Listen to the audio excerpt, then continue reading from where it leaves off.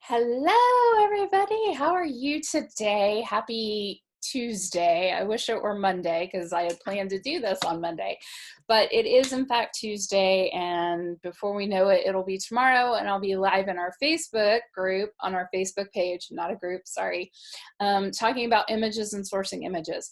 But before I do that, I feel like it's really necessary just for you, those of you that are with me in the September blogging challenge, to slow down and go back and explain some of the things that I've been telling you that I didn't put enough context around.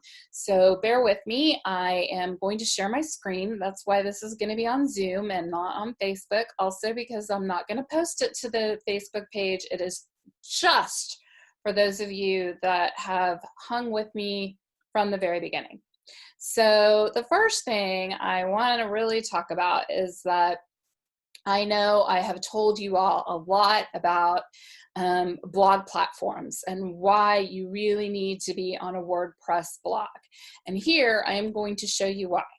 Now, before I do this, I just really want you to know that I do not have any skin in the game, so to speak. None of these platforms give me affiliate fees whatsoever, and certainly WordPress does not. So I'm starting from there. So first I'm going to show you Wix, because that seems to be a very common platform that lots and lots of agents, our travel agents in particular, find useful. They're really easy, and they can be very pretty from the customer viewpoint or the consumer side, but on the back end, which is where I'm focusing my attention in terms of helping you get up and running and get noticed, and get better SEO and do that through blogging or through original content that you're going to be creating, is it's not great. And here's why.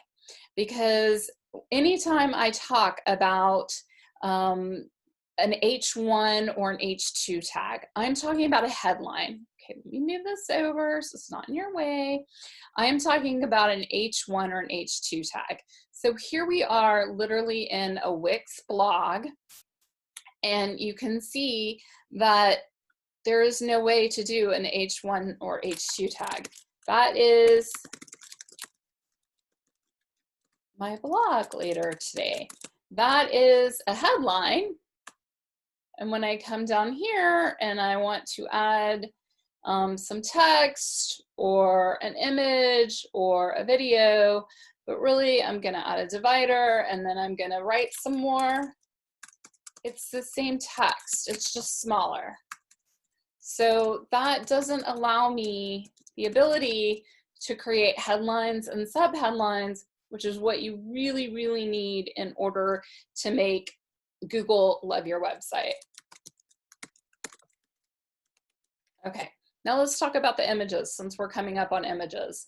You can see that I can edit the image when I can crop and resize it, but it doesn't give me anywhere to give it meta tags. Okay, so I can enhance it, I can adjust it, I can do lots of beautiful things with the photo, but nowhere can I tag it to say what that is a photo of. So Google loves images, but they want to be, the bots want to be able to read what they are. And that's why the importance of the back end and tagging things on the back end is of eminent importance. So there are a couple things that it does do. So if you're on Wix and you're like, oh my God, Michelle, you're asking me to switch my entire website to something else, don't panic. It does let you do some good things. It does let you write an excerpt of your blog for the Google bots. It does let you tell it what your URL slug is, which is, slug is a different word for a keyword chain. So it does let you do some things. So if this is where you're at and this is where you need to start, that's fine. However, if you are taking this time that you can spend some additional time in exporting your content from Wix into another platform, I'm going to say now is the time. Do it. If you can't, okay, we'll work with this. Okay, so I'm going to shut out of Wix now. Now we're going to go into Squarespace, because Squarespace is another one that is pretty easy to create a site from. So in Squarespace, we're able to create a headline. Okay, but then it's really hard for us to create a subheadline. Okay, we can bold that. We can bold this out, but that doesn't make it a subheadline. So we have H2s, and then we can do H3s,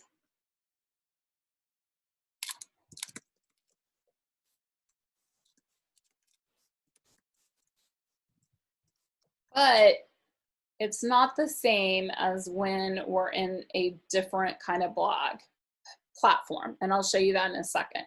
You can also do some SEO, but there's no way for you to see how optimized your post is in Squarespace. It doesn't have the same kind of plugin that I'm going to show you about when we get to WordPress. Excuse me, WordPress. Okay, so it also does let you upload an image, but it's hard. Just hard. When we're here, it's hard to have more than one image. So it's easy, it's better than Wix, it's still not the best. The best for blogging and for SEO purposes is WordPress. So this is my actual travel agent blog, makingmemoriestravel.co, and this is where I blog. So here is my H1. And it does it automatically for me. And then you'll see when I pull up the consumer or the client facing side, it's already got a special format for that. Now here we go. I'm going to do an H2. This is my subheading. Then here I can type my text. And here I can insert an image from my media. And I have all my files in my media library. If I need to upload them, I can upload them right here. So I'm just gonna pick one of me, and you'll see there's my back end of what that photo says. It's got my alt text, which is what Google's gonna read is the text. It's got my title. I can describe it using keywords, and then I can just insert it right into my post. And there we go. And it automatically fits to the screen. Then I have this where I can check the categories, and then I can set a featured image, which might be 100% different image than the one I'm showcasing, but that's the one that's going to be on the front. And I can even batch this content so that if I'm not ready to publish it yet, that's fine. Or I can tell it when to publish it, or I can just save it as a draft. But let's go take a look at my site and some of the other posts that I've done. So first of all, we're going to go to all posts. And then I'm just going to pull up the one that I used as an example on our last Facebook Live, which from the calendar, which was National Grandparents Day. And I think that I mentioned that my client is my ideal client avatar. My ICA is not really someone who really is into multi-generational travel or a big family reunion vacation at Disney World. So I did send this out as an example of how that doesn't matter. You can still pivot or spin the topic from the calendar to talk to your ICA. But so here's my H1 text automatically. That does it for me, the platform. And here is an H2 text, and here is an H3 text. And here is what I call a backlink. So that links right there to the national day that proves it's National Grandparents Day. Every time there's a link, you can see it's in purple, and I can check what the link is. Not only that, but if I click the edit button, then I can make sure that if it's going to a different site, that it opens in a new tab so that the tab still stays open so that Google knows that they're still staying on my site. I don't know why I did that. Oopsies. Okay. And then you can see here, I have one that's called an internal link. So I'm gonna show you how easy it is to have an internal link to another page on my site, right? So it's gonna link to my about page, and I don't want it to open in a new tab because I want them to stay on my site consistently. Okay, and here is an image, and we're going to edit this image, and I'm going to show you again. I've got my alt text. I don't want to caption it, but I was able to have a full-size image centered the way I want it, and I don't link to anything here, but I could if I wanted to. Okay, and I could give it a title attribute and even a CSS, which is custom style sheet. So that's very advanced. You don't need to worry about that. And then you see again, I've got a different featured image. So now let's preview that. Let's see what that looks like. If you were just to come to my site and read my blog, you can see that's my H1 text. So in the format of my website, it automatically says my H1 text is going to be in this color, one of my brand colors, and it's going to be this size and font. There you can see is my H2 text, and there's my H3 text, and there are my links. So I said the Caribbean Beach Resort was going to open in another window. And there you have it. It opens in another window. And then I said this one was going to open up in the same window because I wanted it to stay on my site. Okay, so then I can go back to the blog. Another thing I can do, if I scroll all the way down to the bottom of the blog, is I have my contact, my ICA, and then I can go to newer or older posts, which because I have so few posts right now, that's not linked up just yet. We're going through some website updates because we're adding team members over here, so that's very exciting. So now you've kind of seen that from both sides. So now my blog platform is built on what's called Showit, SHOWIT.co.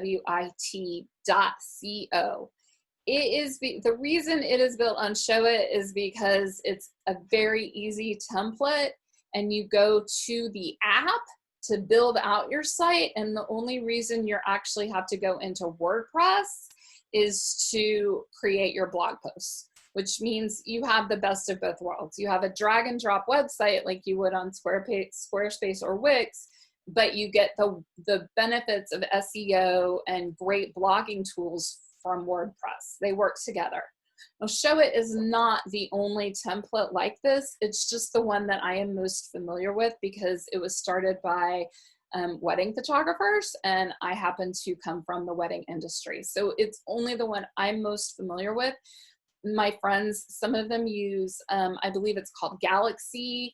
If you go to, or Genesis, if you go to WP Engine, which is a site that you can host on, another word I know you have with no context.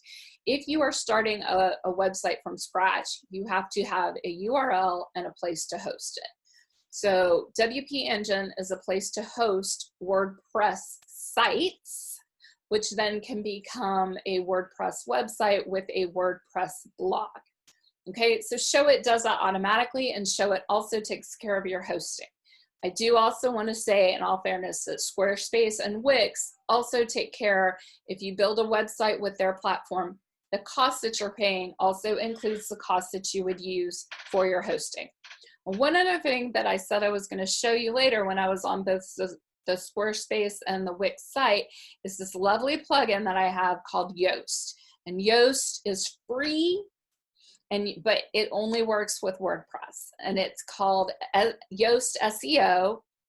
I get to type in what my focus keyword is. As you saw before, I get to edit my what Google sees, the snippet. But here's this beautiful thing. So my SEO keyword in this case were Caribbean Beach. I could have picked Disney's Caribbean Beach, or I could have picked Walt Disney World, or I could have picked National Grandparents' Day.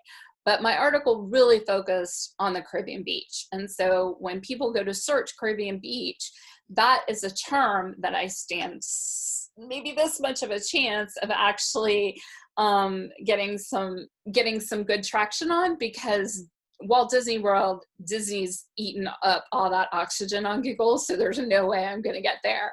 So, and then you see the analysis results. So here are all the 10 results that I have. So I had good outbound links. I showed you those. I had good internal links that link to pages other than my blog post. I got my key phrase in the title, my H1. My key phrase length, Caribbean Beach, it's perfect. It's not too long. I'm not asking for too much. The density is good, meaning I don't overuse it, which can be a problem if you overuse your keyword. I have it in my meta description, which is the meta description is the snippet. That's basically what we call your meta description. And my meta description is the right length. So when you see a preview, when you search the term Caribbean Beach on Google, it would come up. It's not going to overextend. You're not going to have to click more. And it tells me that. I haven't used this keyword phrase before, so that's good. Once you get a ton of content, sometimes you start reusing your key phrases, and that's okay too. And my text length, remember I said you're going from about 350 to 550 in word count, so I'm at 561, so that's good. And I got my key phrase in the slug, which is, this is the slug way up here. It's the title. So I did that. So great. So I did well. Now it also tells me what I could do better if I needed, what my problems were and what I could do better. If I really needed it, for example, my key phrase is in the title, but it's not the very first thing you read. So if I wanted to make some changes, it tells me what I can change. And here we go. My SEO Yoast readability is okay. I usually strive for okay instead of good on that, because they think that good is about a 5th grade reading level, and my ideal client who can afford a 5 to 7 day Disney vacation is probably at a higher reading level. And so my readability, I usually shoot for okay. That means it's higher than 5th grade. On my SEO, I usually do like to get good. In this case, I got okay, and I didn't want to make the changes that it required me to. I was on a time frame, and that's what we got. So then I just update it to make sure that any changes that I made while we were doing it, while I was typing in here, if I like unlinked something by accident, I update it so that it just saves it automatically, any changes. That's how easy it is to edit. So that is why I'm always harping about having a WordPress blog, is really for the free Yoast SEO plugin and the ability to do your H1, H2, and H3 tags and your meta tags for your images. And you see here that you can also add tags here from the most used tags. I added them up here in my categories. Okay, so now I want to go back to the September calendar that hopefully all of you have been able to download or find. If you haven't, reach out to me, email me, direct message me, send me a smoke signal, Instagram me, whatever you need. I want you to have this. It's my gift to you, and I think it can be really helpful. So we started last week on the 9th, and I used multi-generational travel as an example. So that was a topic. And then I said, I want you to write that topic, that blog topic, towards your ICA or your client. So I sent you an email this morning that kind of shows you how to do that. And I pointed to that same blog post that I just had up about how to write for a client that doesn't even really like multi-generational travel, because I referenced National Grandparents' Day. So I'm going to be back on Wednesday night for our live in Facebook at 4 o'clock Central on the event, on the blogging challenge event. And we're going to talk about Guacamole Day, because it is Guacamole Day. So here are all the things that you could post about if you're going to post once a week. You could post about the places, cultures, and countries where avocado is part of the local cuisine, because who doesn't love guacamole day? You could post about tequila, because who doesn't love tequila with their guacamole and chips? I am in Texas after all.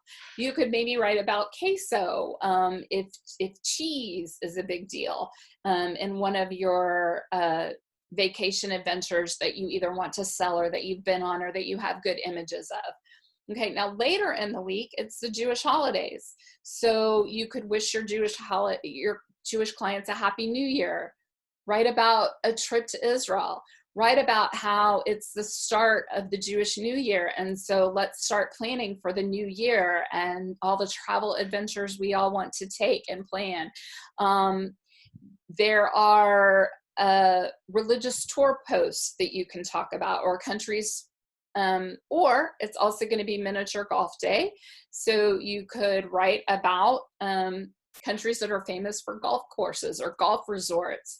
And then there's also coming up, there's Yom Kippur, which is another very important Jewish holiday, Comic Book Day, Love Note Day. So write a love note to your clients, or share a testimonial that they wrote to you, or write about the real places that could be featured in a comic book. So these are all just suggested topics and how you can spin them for your own client. Now, these are all just suggestions. You don't even need a calendar if you have considering 4 weeks in a month, and you have a different place you want to highlight each week. Maybe a friend of mine did this over the summer when it was the Caribbean. Each week, she featured a different spot in the Caribbean for a month, for Caribbean History Month. Correct me if I'm wrong about that, Amy. So then these are also, over here on the side, are all the things that are happening this month. So, for example, my grandmother passed away from leukemia. And so leukemia and lymphoma is a big deal to me. So if I wanted to share a private post or a post near and dear to my heart about why I support the leukemia and lymphoma process for National Grandparents Day, I could have chosen that attack as well. Maybe you're a cancer survivor and that's important for you. Or maybe you have clients who have children who suffer from sickle cell. World Heart Day is September 29th. Make it a love letter to your clients. Other fun stuff that you could do a series about is back to school. Maybe that includes like packing a backpack and how you translate that into packing your suitcase for all you super organized travel agents out there.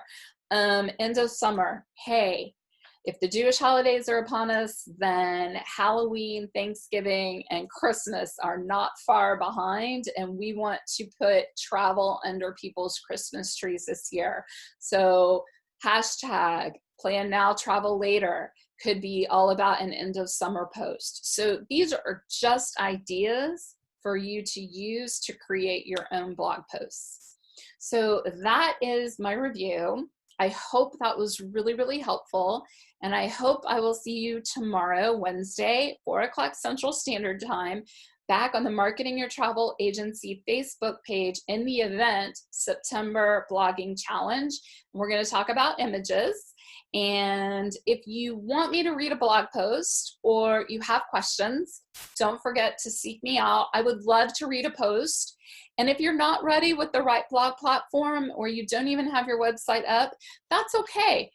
Write it in Word, send it to me. Let me at least see if you've got the right word count, if you know who your ICA is that you're talking to, what kind of images I can help you source. And if you have any other questions, let me know.